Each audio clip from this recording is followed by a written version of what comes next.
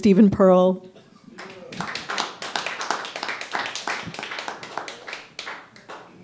Steve, would you like to stand or sit? Sit, please. After a day holding up and down ladders, sit. Oh, yes.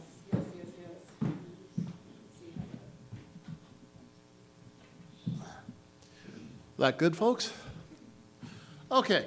Well, I'm going to be reading to you from Runic Tales, which is, after reading runes for 40 years, I decided to write down some of what I knew, but I wanted to do it in an interesting way.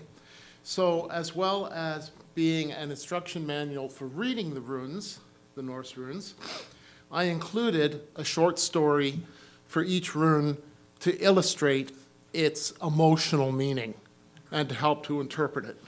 So this is for the rune which means an era cautious, form of buffalo, basically.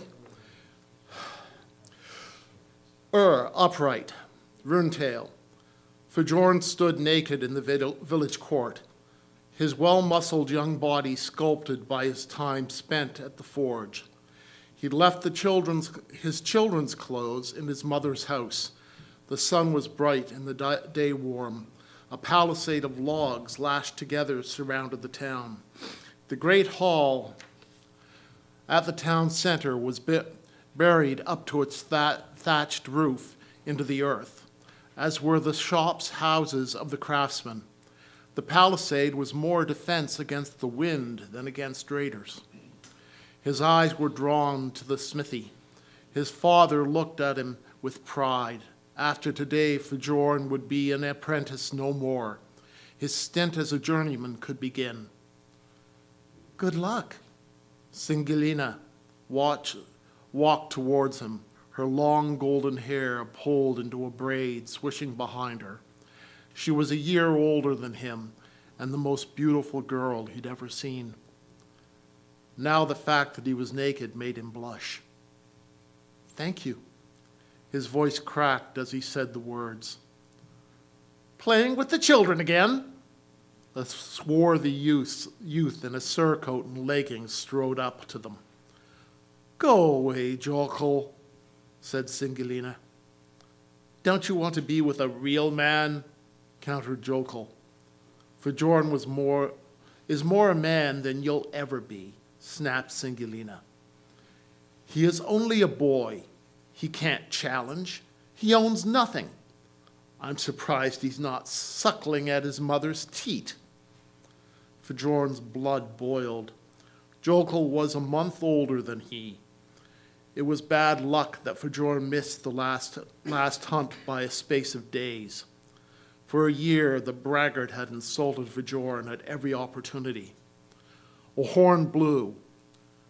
I will soon be back. Fjorn spoke to Singilina. He moved to join the 7 other naked boys gathered at the gate. Children at play. Come, Singilina, I have a gift for you, said Jokul. I want nothing from you. Singilina walked away. The village leader, a burly warrior who'd actually seen a city on his journeys, thrust a spear into each of the boys' hands. Win honor. The gate opened and the boys surged through. As each passed, the leader struck him with a birch stave, driving off evil forces before the boys raced into the forest. Fjorn came to a meadow about an hour outside the village, signaling the other boys to follow and be quiet. He crept to the tree line. Their prey, an arrow cautious, its horns long and deadly, its bison-like body knee-deep in tall grass, munched at the plants, oblivious to its impending doom. The boys milled about in confusion. Fjorn pointed to 2 of them. Go to the far side of the meadow, by that stand of birch, in case the beast flees that way. Keep to the trees. He pointed to another 2 boys. Go behind our prey. He pointed again. Stay on this side. Grinnar and I will take the front. When I screech like an owl, we all close in. The boys dispersed. In minutes, Fjorn gave the signal. and the boys rushed the air cautious. The animal bellowed and charged forward, only to have Fajorn drive his spear home into the beast's shoulder. The weapon caught in the animal, and Fajorn was forced to release his spear. As the Arakashas backed away, other spears pricked it. Fajorn and Grinnar charged, plunging their remaining spear deep into their prey, which bellowed. The other boys charged, stabbing the Arakashas until their spears lodged or broke. The beast staggered and fell. The men bellowed out their triumph. That evening, the men carried the carcass through the village gate and were taken by the elder men to the bathhouse to remove their prey's blood, which spattered their young bodies. The meat was sent to roast. After washing, the new men were instructed in their rights and obligations and then returned to the village. Fajorn wore a tunic his mother had gifted him with that morning. "You look very handsome," remarked Singulina. "You are as beautiful as ever," replied Fajorn. "Singulina, I've been looking for you. You didn't come to accept my gift yesterday." "Go away, Jokol," said Singulina. "You shouldn't talk to me like that." Fajorn pulled a necklace of amber beads from a pouch on his belt. "It is time to end this. Singulina, will you accept my betrothal gift?" "You can't do that," shouted Jokol. "If you don't fall silent, I will challenge you. Do you wish to face me?" Jokol stared into the eyes of the boy who he'd abused for the last year and saw a man of the tribes staring back. The bully walked away. "I am now my father's journeyman, with a share in all I make. When I have done my master's piece, I can strike out on my own or stay and take my father's place when he can no longer swing a hammer. We could have a good life." Fajorn held out the betrothal gift. Singulina took the necklace and fastened it around her neck before embracing her man.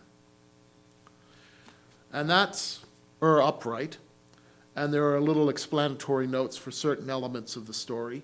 Do I have a few seconds? Just a couple of seconds, sure. Okay. I've got one page. Reversed, Rune Tale. "Gildnir!" The woman's voice was like iron on a wet stone and split the name to two, dragging it out. Gildnir cringed. It was like his boyish body shrank in on itself. She can't stop you. Go if you want to," said Fajorn. The small boy looked at the smith's journeyman, with only a year older than himself. "I don't know. Mother would be mad. She says that I should wait for next year because I'm small." "Only you can make the choice." Fajorn's voice was steady. "There you are. Why aren't you dressed? Honestly, put some clothes on and come help Mummy grind the flour." A bulky woman with braided gray hair and a severe face strode up to Gildnir. "Mother, it's—" "And you, smith's son, don't think I don't know what you're up to, filling my son's head with foolish nonsense about being a man. He's a boy. I'll thank you to leave him alone." The woman poked at Fajorn's chest. Fajorn looked at her with dislike, but held his tongue. Instead, turning to Gildnir, "It's your choice. The boys are gathering for the hunt now. Next year is a long time away." Gildnir looked from his mother to Fajorn and back, then sighed. "I'll get dressed and be right with you to help with the flour, Mummy." "That's my good boy." The woman glowered at Fajorn as she walked off with her boy, who chose to cling to childish things.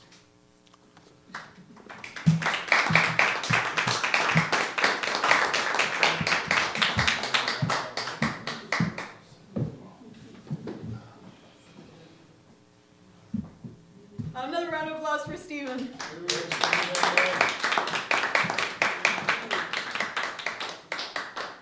I know it's Shelley. I don't know why I did that.